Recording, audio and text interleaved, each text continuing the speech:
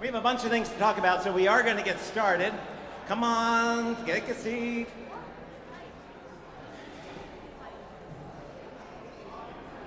We're going to think together about the grant that we've been awarded. It's a matching grant, be forewarned. And about an upcoming capital campaign.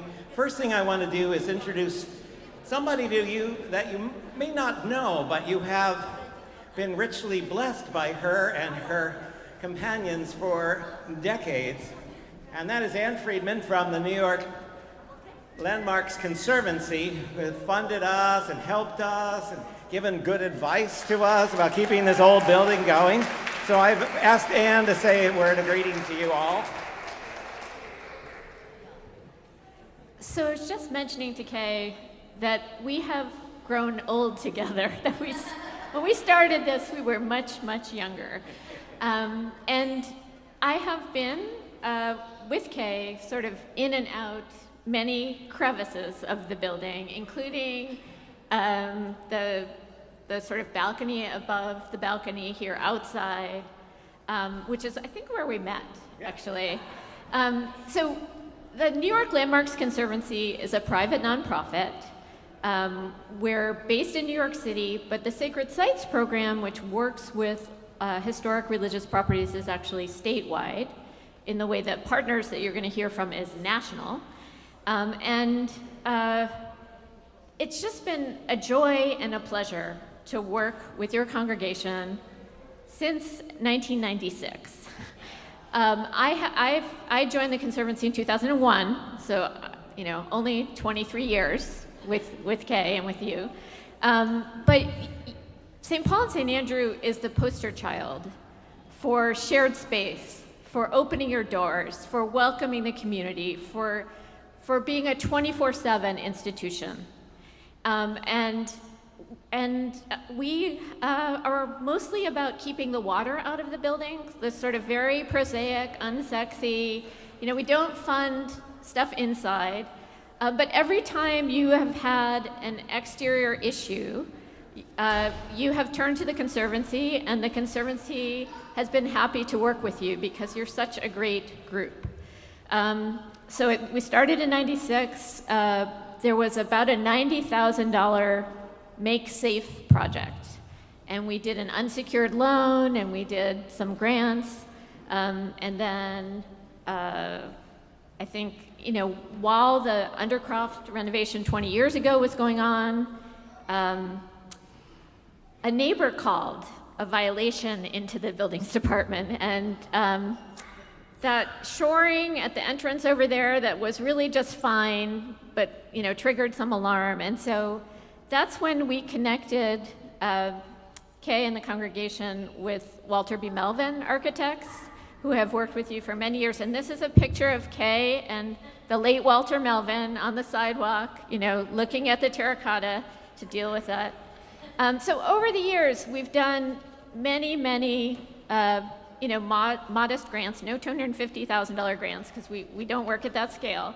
But we've done grants of $25,000 and $30,000, and we've funded architectural services. And Kay has always been there for us when we called. So he was a keynote speaker at a conference we did at the Interchurch Center on shared space, way back in 2008. And he was an inspiration to everyone at that conference. And then we did a shared space conference actually with participation from Partners last May. And Kay came out with a trustee to Park Slope, even though he could have run the workshop. We were very happy to see you there. And we're going to be very happy to help you start to match this challenge grant of $250,000. So we expect another grant application from you this June, and hopefully we can do something close to our maximum right now, which is about $50,000. So congratulations on this next phase of a multi-year project. All right. Thank you, Ann.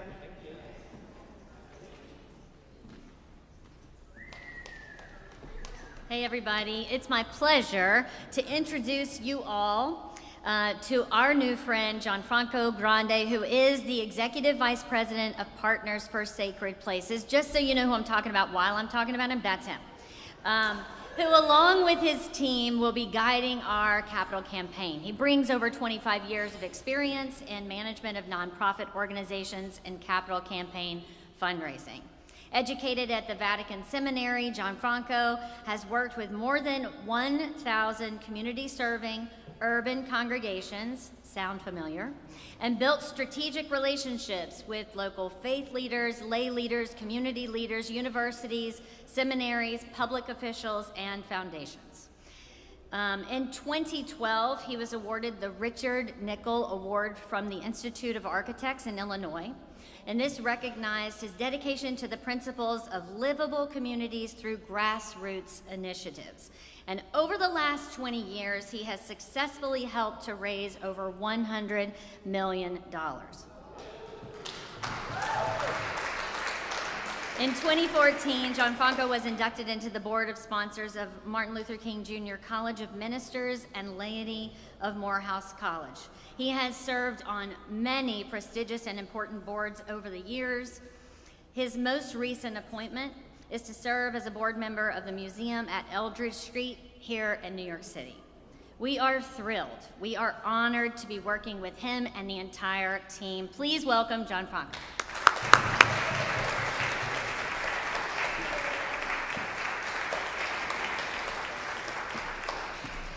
Well, good morning, good afternoon, good something.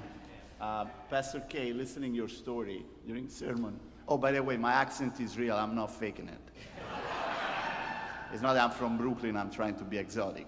I am from Rome, the real Rome in Italy. And so today is perfect because Agrippa, I felt, oh my Lord, my people, what they did to you guys. And I was thinking, so that was, I think it was very, very interesting, the whole thing. And I'm no Agrippa anyhow, no Pilate. But also your story about the Boy Scouts, very interesting, because when I was at the Vatican Seminary, I realized that there were no girls, and I said, I'm out of here. You know, and that's another thing we have in common. But good morning, I'm excited to be here again. And this is what I think is gonna be one of the most spectacular projects that we're going to do. We are Partners for Sacred Places, because you are a spectacular place, and you do spectacular things. I am just amazed and, oh my gosh, for the things that you do, but also humbled for the impact that you have as a congregation. You know, the councilwoman was saying something during her remarks, and it's unbelievable the things that this place does. So congratulations. And Ken, why don't you applaud yourself? Because you deserve it. You really deserve it. Please.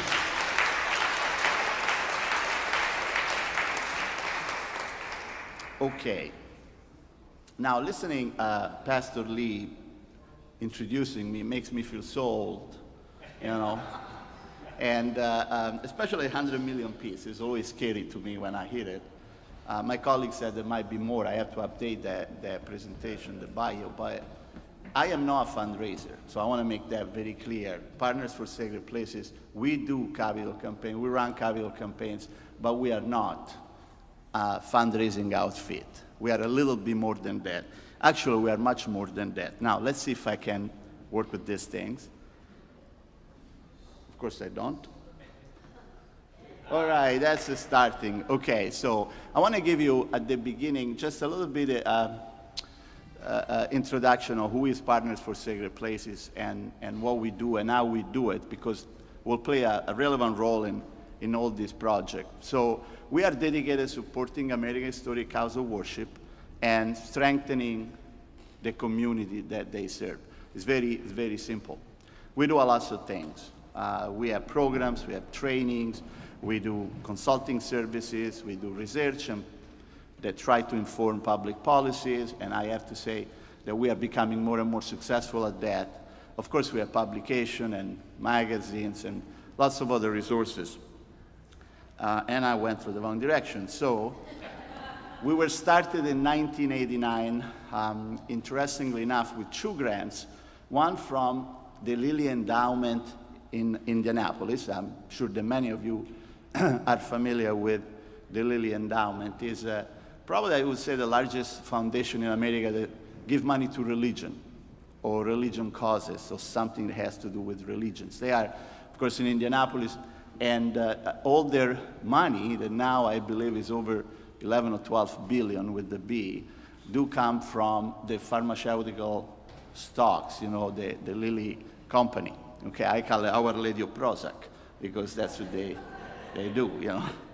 And so we started in 1989, and with 2 grants. One was from New York, from the Kaplan Foundation, and Kaplan Fund at the time. And the other one was with the Lilly Endowment. And I'm happy to say that for 35 years, the Lilly Endowment has always gave us money. So I would say more than 100 million. I don't know how much they've given us over time. So we are a national organization, and we work everywhere. We did actually work in every single state, including Hawaii, Puerto Rico, Alaska. And we have staff in Philadelphia, in Chicago, here in New York, in Providence, in Detroit. So we are all over the place, and we try to do a lot of work. And the work is working with places like you. We are one of the 2 largest preservation, because that's what we are. We are a preservation organization. One of the 2 largest organizations in America, the other one being the National Trust for Historic Preservation, but we only specialize in sacred places, therefore our name, churches, synagogue, mosque, temple, and all that. We do training, we partners with a lot of groups. We really are big in this concept of space sharing. That's one of the things that probably one of the first to start talking about that, because we understand that places like this are not just a spiritual place, but they're much more than that. And I had the fortune to be here on a Monday before Christmas. I think it was the 18th or something like that, December. And I saw your Miracle Monday in action. It was, I have to say, one of the most remarkable things I've seen into a church in this long and sometimes painful life of mine. So that's good. And we work, by the way, with over 100,000 hours of worship, you know, and from running a major campaign or a major program or answering a phone call. So we try to serve everybody all the time. We believe the historic house of worship, like I said, are more than just, you know, it's very warm here. So I'm going to take this. All right? You don't mind. You guys are nice people. So I'm going to do this. They are more than spiritual places, you know, and preserving masterpieces like this, or even a little shack somewhere in Idaho, they really do make the world a better place. And they help the community, and they help so many folks. You have been the recipient of one of our grants. It's the National Fund for Sacred Places.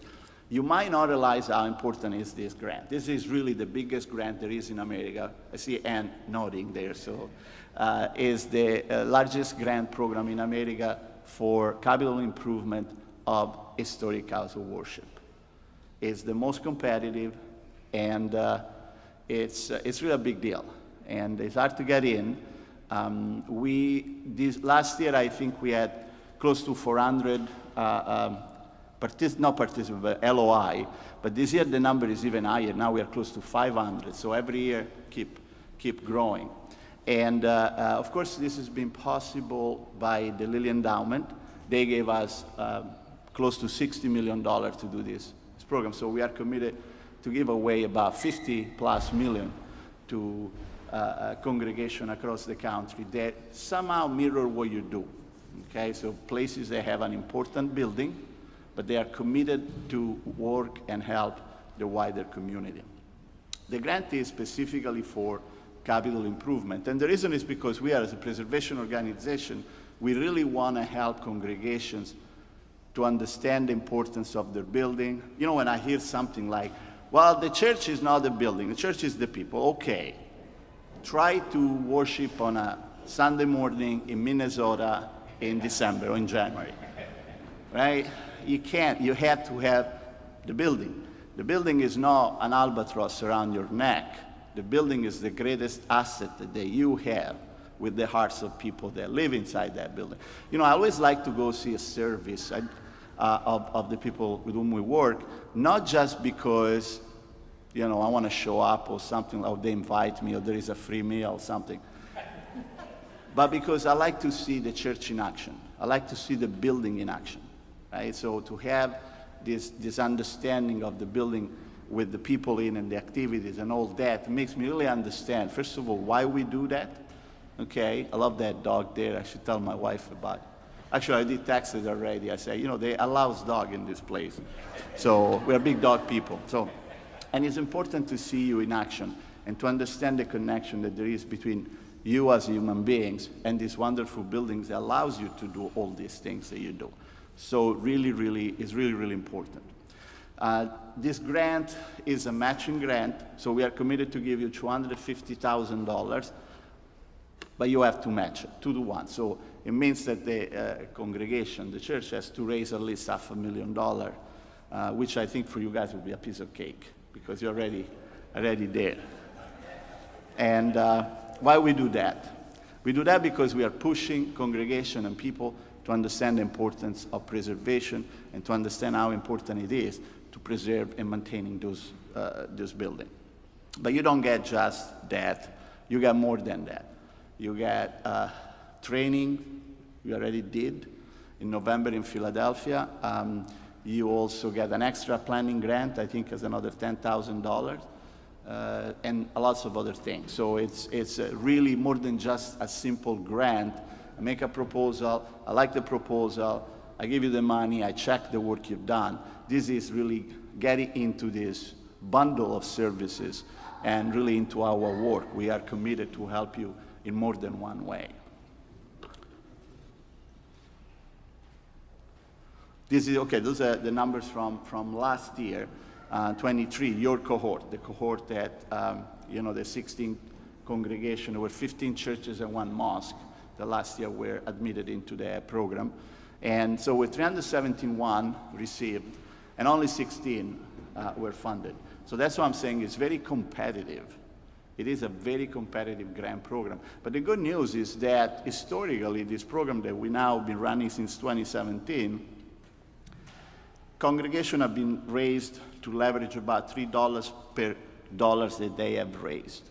So it's really a good, you know. Now, that might sound not much for you guys because you are in the heart of New York City and you're a big congregation, but think about this little mission church in Wyoming, you know, literally in one of the reservations, as they call it. I think the English language sometimes is scarce. We should call something else than reservation.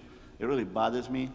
But, you know, so those little tiny mission churches or places instead of not this, you know, geographic importance, again, being in New York and all. So this is remarkable.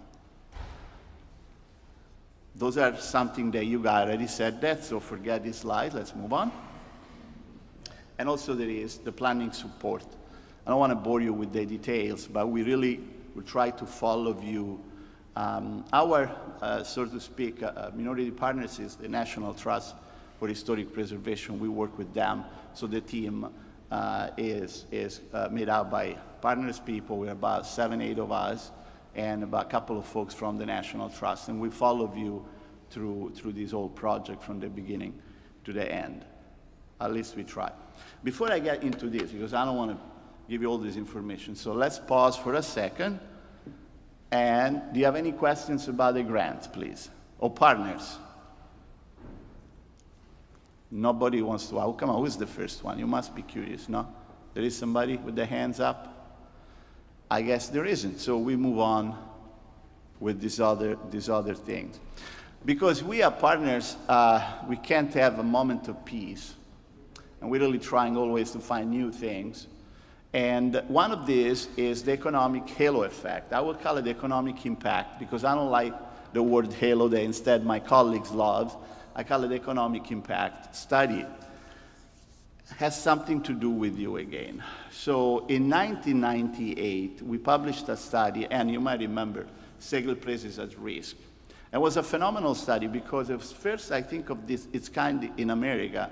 It was a national study that told us in 1998 that 81% of people using buildings, using the church or the synagogue, were not worshiping there on Saturday and Sunday and Friday.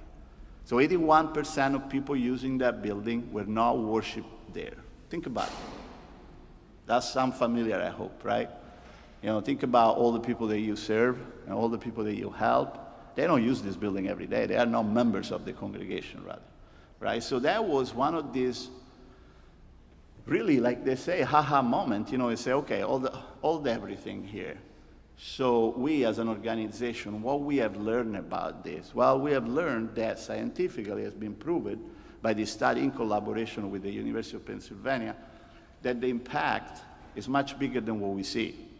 That preserving those buildings, it means really helping all these people. That was really a moment that I have to say, the Damascus moment, I would say for, you know, like you're saying this morning, Kay, for us, for partners, we saw these lots of lights on the road, and we say, okay, we have to shift and trying to think in a different way how we do preservations. So in 2016, we updated that study. Now the number went up to 87%. And that also, it should sound familiar because people, you know, unfortunately, try, you know, worship less than it used to be.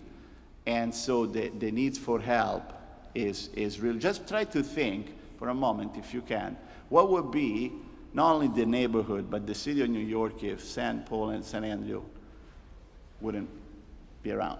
So this church wasn't here. Can you imagine the effect that you will have on these people, on the life of so many? So it's amazing. So we have created at that point, still in collaboration with the University of Pennsylvania, the economic impact. So we did a study. I created a methodology, a scientific methodology that allows us to give you an exact number of your dollar impact in the wider community. It's not Gumbaya money, it's not monopoly money, but it's real. We analyze up to 50 factors of the life of a congregation. And then we are establishing a number at the end of the study that will say, okay, this is your actual financial contribution to your city, to your town, to your village, whatever you are located, every year. This is really important because it changes everything. It really changes the equation of who you are. I think, and I said this to Pastor Kay and Pastor Lee and Pastor Andre and others, Mary Jo and Joe and so forth, that I can't imagine what is going to be your economic impact because now we are going to run it for you, right? So we're going to figure it out. What is your economic impact? The highest that we have recorded so far is a Roman Catholic church in Asheville, North Carolina. It's Basilica of St. Lawrence, designed by Gustavino, which is a very important architect. And their impact is about $33 million a year. I think you would double that. Some of the factors are the lives that you impact, your food feeding programs.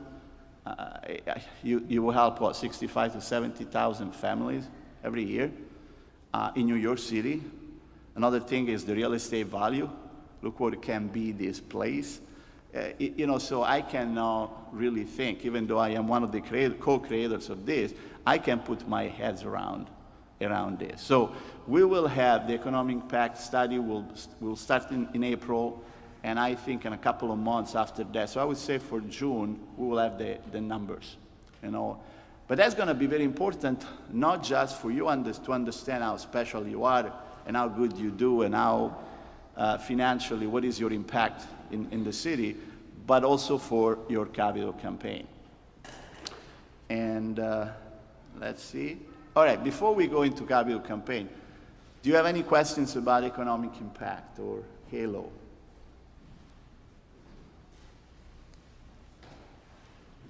Okay, fine. I start to feel really sad that nobody has a question. It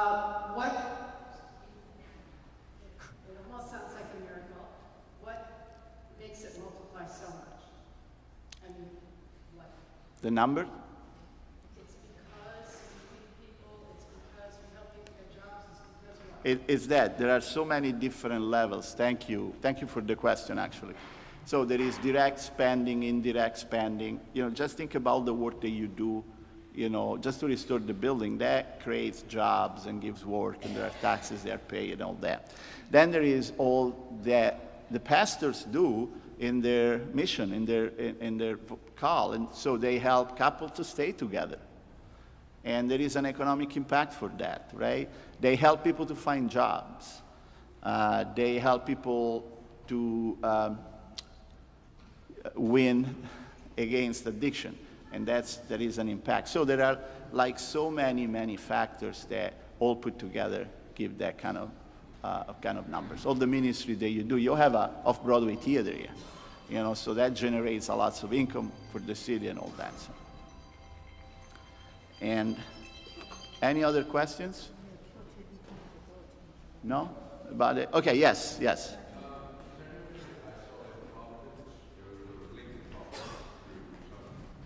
We have somebody in Providence, yes.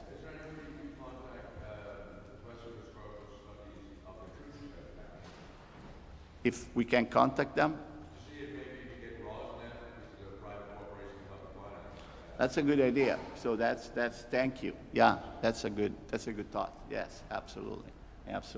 So he suggested to meet somebody, to ask somebody to see if this corporation in Providence can help this project. So far I spoke to you as the grant guy of the National Fund and the Executive Vice President of Partners. So I'm going to take up that hat now, and I put the hat of your consultant, me with my colleagues, about your capital campaign.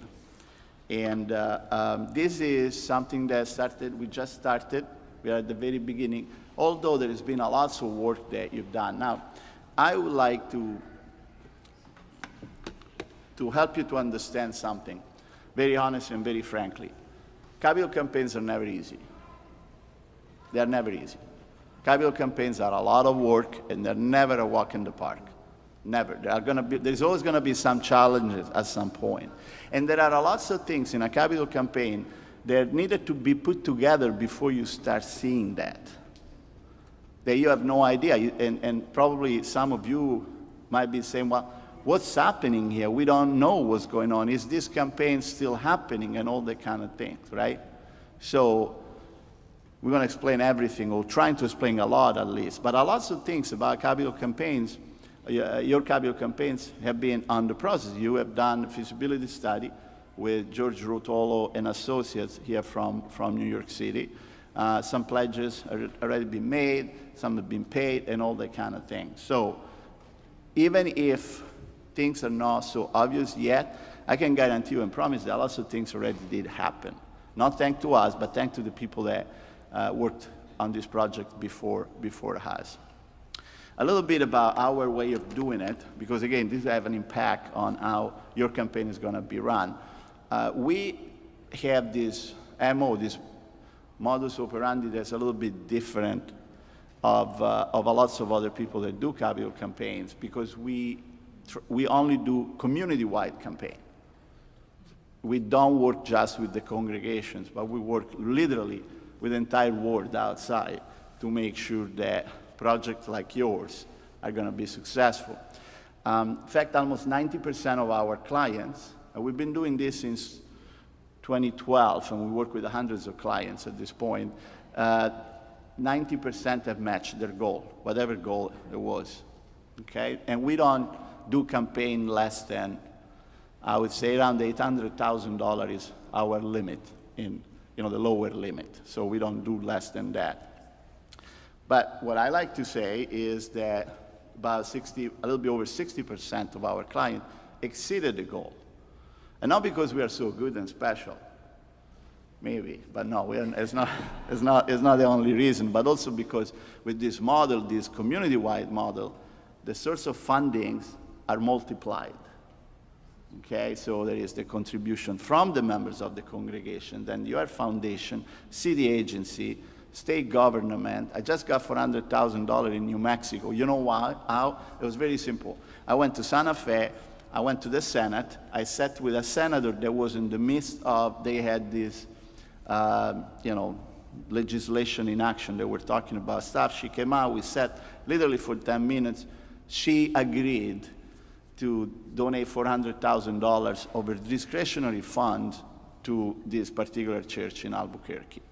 You know, so the state and governments, might not tell you, but there is always some preservation money in their budget or community impact, you know, so there is a lot. So basically you have to start looking at many different ways to get them. So, and about 40% as an average of the money that we have helped to raise over the years do come from communities, from the wider community, so not from the congregation. Of course, there are places where the majority of funding comes from their congregation, Roman Catholic and synagogue and Jews. They tend to be a little bit more insular than others. But then you have other places where 90% of the funding came from the wider community. Let's talk about what is, I give you some pointers here. What is a community-wide campaign and why this can be the perfect campaign for St. Paul and St. Andrew. You know, I really don't know where to start when I think about this, because I go back to my astonishment every time I think about you as a congregation, you as a community of faith, the things that you do, the money that can be raised from the wider community for this project. I think is going to be unbelievably high, the number. It's really, really important that, you know, we keep in mind that, although it will take time. It will take time because a lot of the majority of the money, for what I see at this point, will come from the wider community. So let's talk about foundation. And like Ann said, you know, they are committed to help, to give a gift for our match that will go into the campaign, of course. But, you know, grant cycle have, you know, we give the grants once a year. And a lot of other funders do the same thing. So you have to go through an application, an LOI process, and and then there is a period you have to wait, then you eventually will get the money. So it's not just let's go to somebody and ask for money, and they say, oh yeah, no problem, I'll give you the money. Individuals donors, which is still the higher number of contribution, by the way, in philanthropy in America, about 70% of all the gifts do come from individuals. It's easier, it's more direct, because people are deciding their own finances and how they want to give the gift. So that's a little bit different. So the community-wide approach is, you know, you have to keep that as a part of your strategy. That we might take you a little longer, okay? But the work can be done because there are also individual, contribution and all that. So one of the things that I like about the community-wide approach is that it's a great opportunity to meet new friends, so to speak, to meet new people. Foundation that maybe did not give anything before because they didn't know, because you never thought about to go to them, right? And that is an opportunity to do that. It's also trying to find new talents within the congregations, because our approach is we try not to use the usual suspect. You know, in every congregation there is 20% of people are doing all the work, 80% of people are complaining that the 20% is doing all the work, and the 20% come and do the stuff with us, but then it never happens. So our approach instead is much more, is horizontal in a sense.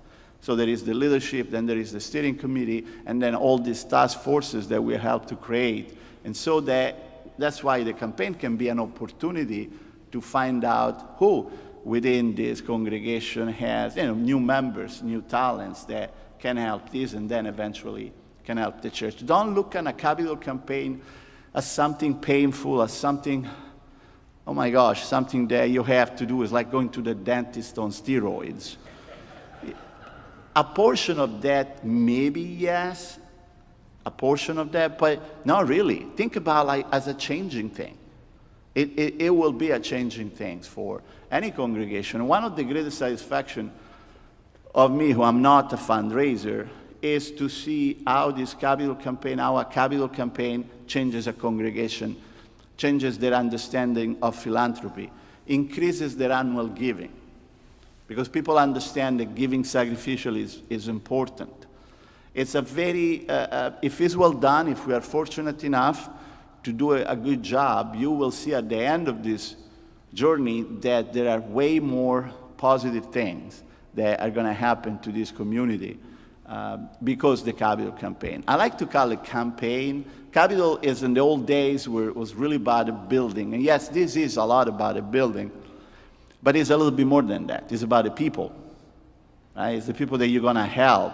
It's the people that lives are saved because this campaign. So it's really, really, really important. Okay? Yes, wonderful. A question? Yes, ma'am. Apologize if this has already been covered, but I'm just a little confused about where we are. So what I would like to understand is we're going to have a campaign of X number of dollars. There's a match that is $250. I'm not sure exactly how the match works. And of all the money that we're going to raise, we're going to do X, Y, and Z. Yeah. Are you coming to that, or did I miss it? And I apologize because I'm not here on Sunday. Just trying to get kind of like a few stakes in the ground of what the whole campaign is going to be. Okay, so I'm sorry, you're asking me if the campaign already is happening? All right, that's a good, okay, thank you.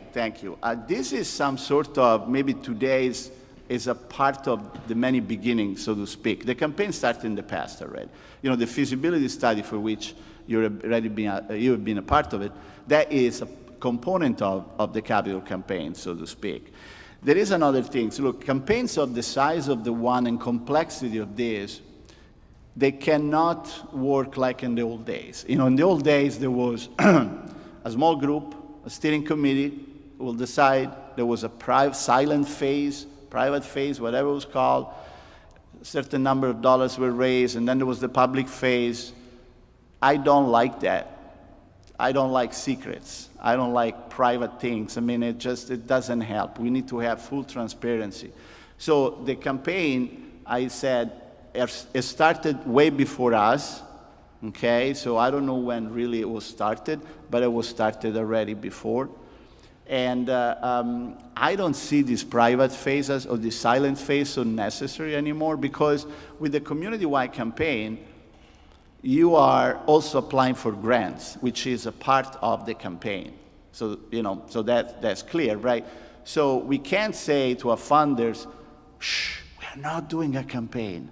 You know, we're applying for a grant. So it's all holistic, it's all part of it, you know. And so there was a portion of the campaign that started already, So the campaign, yes, has started already. And, you know, I don't think there is anything private in it. I think this has to be very open and transparent, and we keep raising money, working with so many different groups, and that's what about it. So, that's, you know, how much, look at your building. Look at this building. You want my estimation? The overall thing, more than $40 million. Do you think that's going to happen now?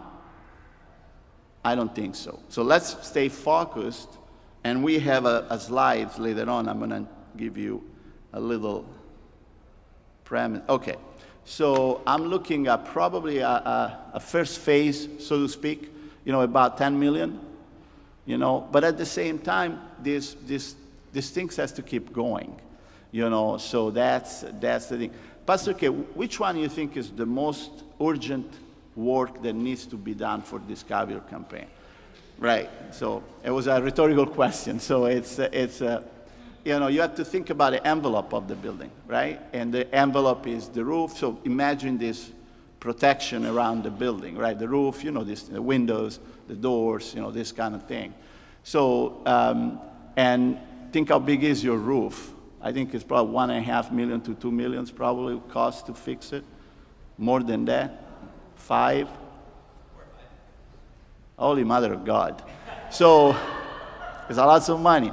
So that's why it's not black and white, right? It's not like, okay, we need this kind of money, and we start now, and then we get the money, the job is done, because some of the work, once it's started, might reveal some surprises, right? And so the cost might be different, you know.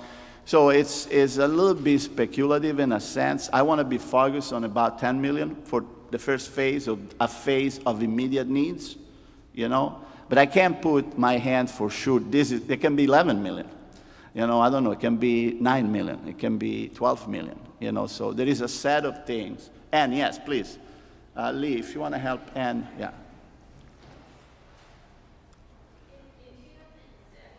In 2006, the church had a $200,000 state grant. Right. Is the church going to apply to the state again for a $500,000 grant? Oh, absolutely. I was yesterday at a campaign event for a church that got a grant, a Ukrainian church in the East Village that got a $500,000 grant. Right. Last year or the year before. So. Right. Absolutely. Okay. Yeah. So as everywhere that we can apply, I'm hoping that we can even apply Save American Treasures, you know, which is a big federal grant. It's over $1 million. It can be over $1 million. So as you see, there is a lot of this type of grants, you know, and it's very hard to put their hands exactly, you know, what will be successful. Yeah, we will receive some grants that were completely unexpected, right? And we might get grants that, and might not get grants that we were pretty positive to get, you know. So because the nature of the size of the project, the size of who you are as a congregation, which is very impactful, and all these factors play a role, you know, in the term. So it cannot be black and white. We're starting January 1st, and we will end in, you know, 3 years later. And this, we can say that. We cannot say that. I know it might not be the answer you like, but it's an honest answer. Okay? I know. Think about, you know, St. Peter in Rome. They call it the factory of St. Peter. You know, there is actually an office called the factory of St. Peter because they never stop. And they've been doing it for 500 years. So they just, I don't want to say that you were there, but, you know, so, yes.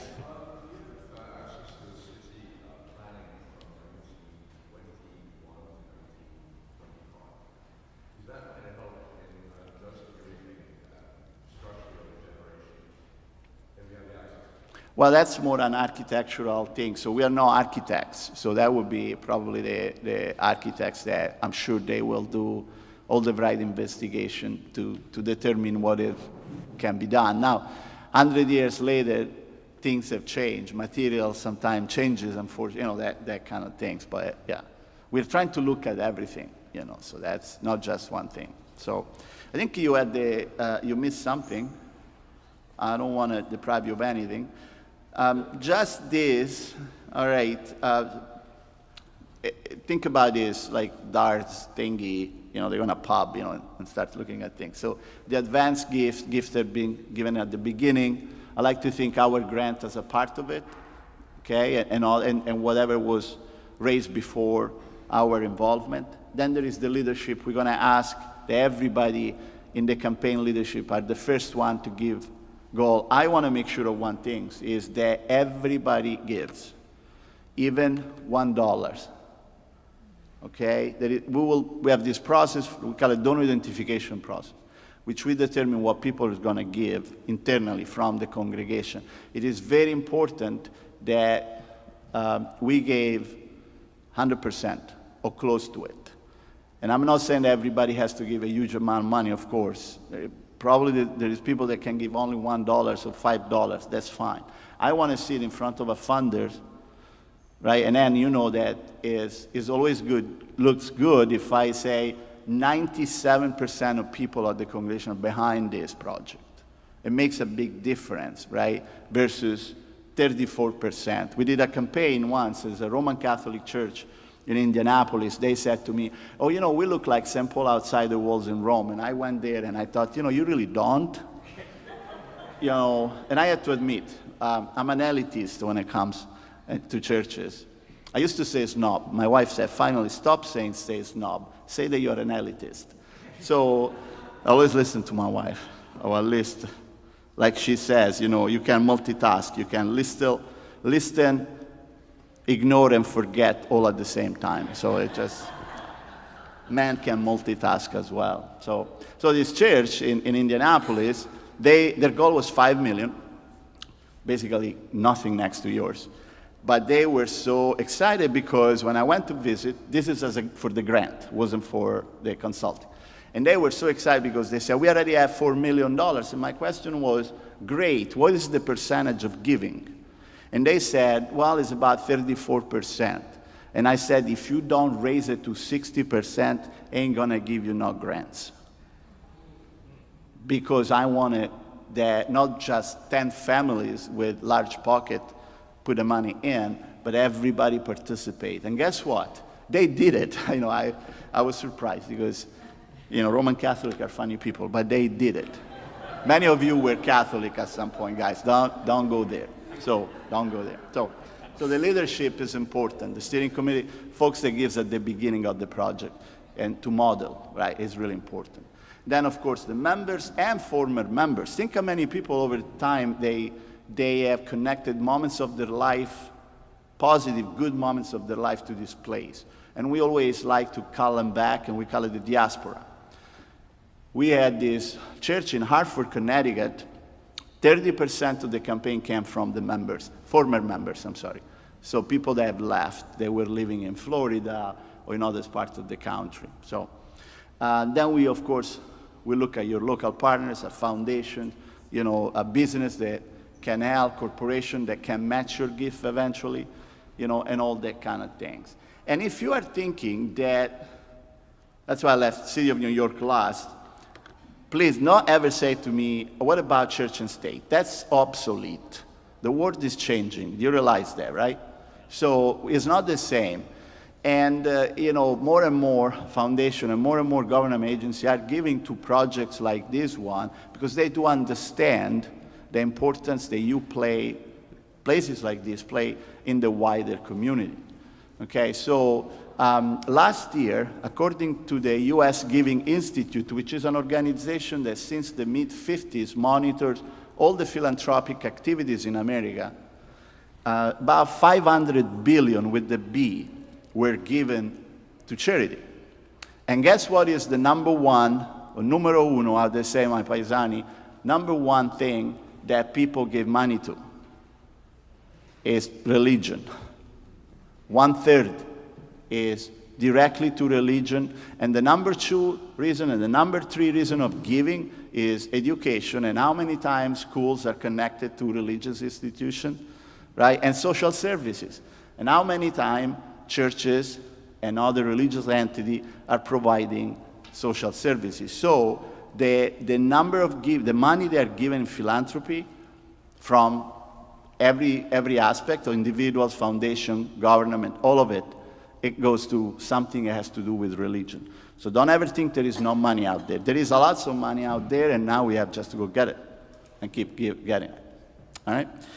So, and this is a little bit the structure of the campaign that we have devised for you. There are the co-chairs, the 3 pastors, of course. Then there is the capital campaign, steering committee. And then we have all these task forces, that will work to the details of the projects. Yes, ma'am.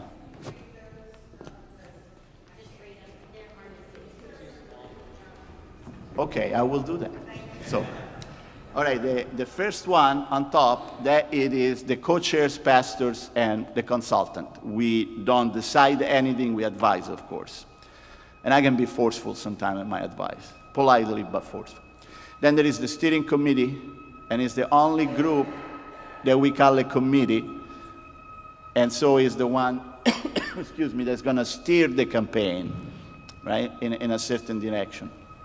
Now we have several task forces. Why we call it task forces, not committee or subcommittee? Because the word committee is something, to me, old. It's something boring. It reminds me of the Soviet Union somehow. I don't know why. I don't remember those old men that were there forever. Instead we call it task force because there is a task.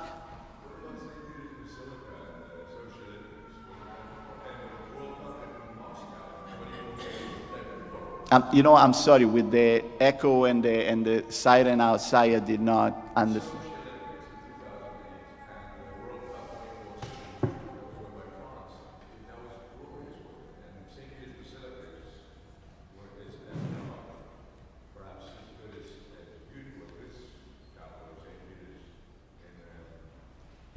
In Rome. I'm sorry, I missed the connection with the committee. Okay, so.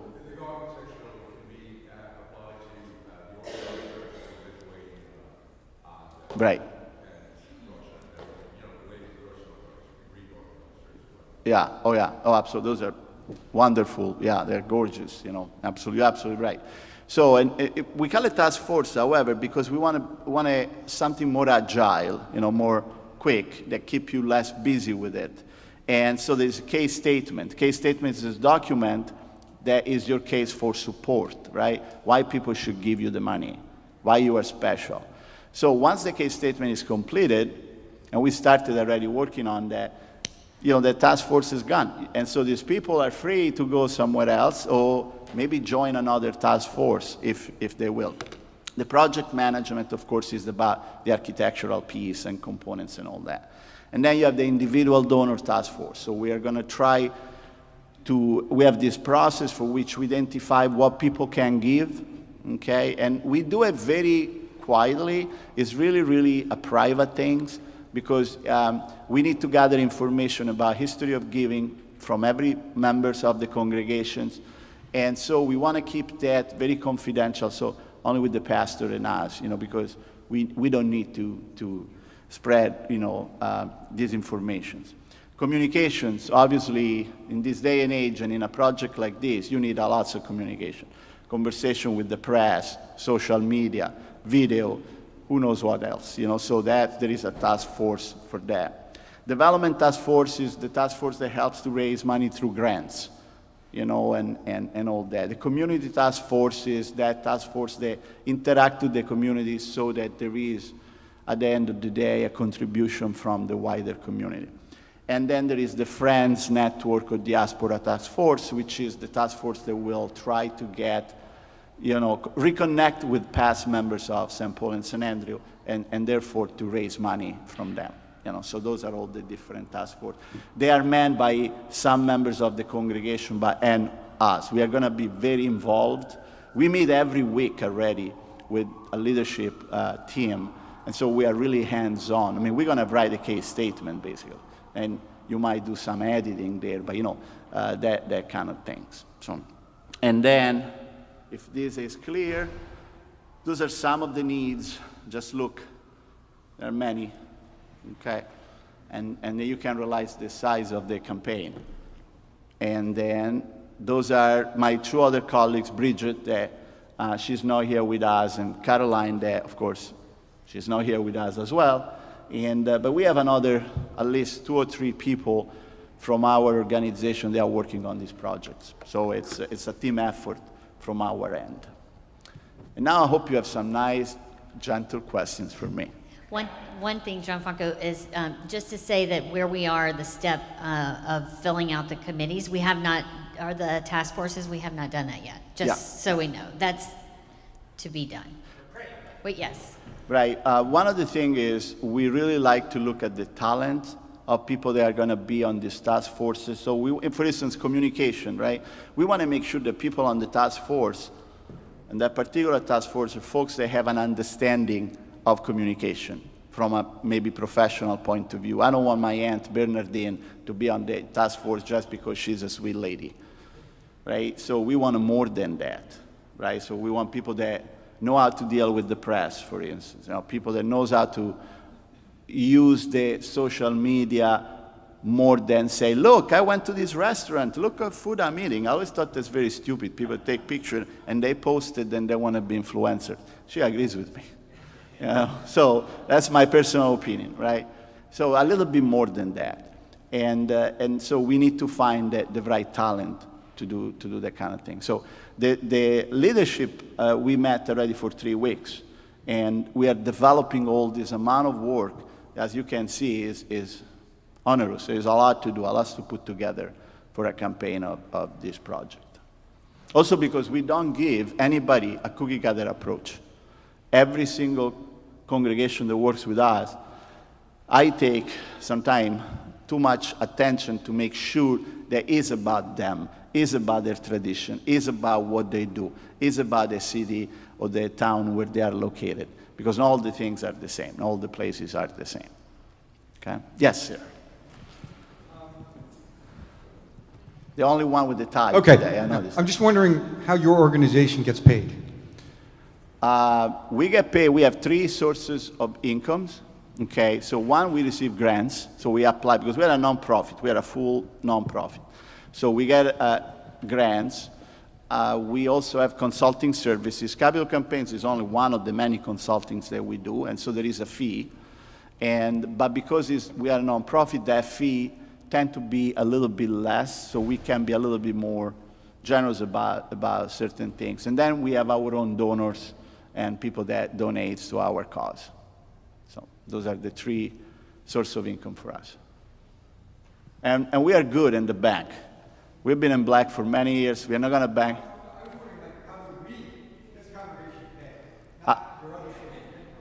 Well, in dollars, I don't know. Yeah, you pay, yeah. There is a fee, there is no percentage. No, never. If this percentage is going to be, I want to say legal, but almost. And if any fundraiser, to use a word I'm not particularly crazy, ask you commission, run away from them. Yeah. If I'll just say, Please, as a Faye. member of the trustees, there was a proposal from Partners for Sacred Places, and so they have a fee in that proposal, which the trustees voted to hire Partners for Sacred Places, and they'll be paid through that. Right. And fee there that was is a agreed schedule. upon. I'm sorry, Faye, please. Is a schedule of payment, you know. So at the end, we hope. For instance, let's say that I'll give you a number just for the conversation's sake.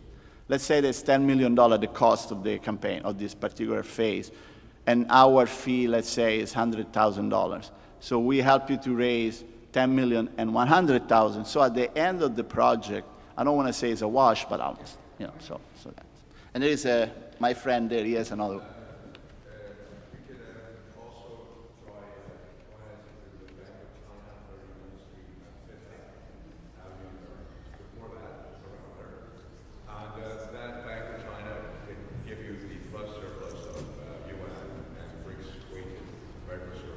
Right. No, that's a good knowledge to have, but that's up to the trustee and the congregation. So, right, it's not our. Usually, what's happened is that the congregation. I'm not saying that you do this, but the congregation do get a loan somewhere, you know, and then the capital campaign pays the loan back.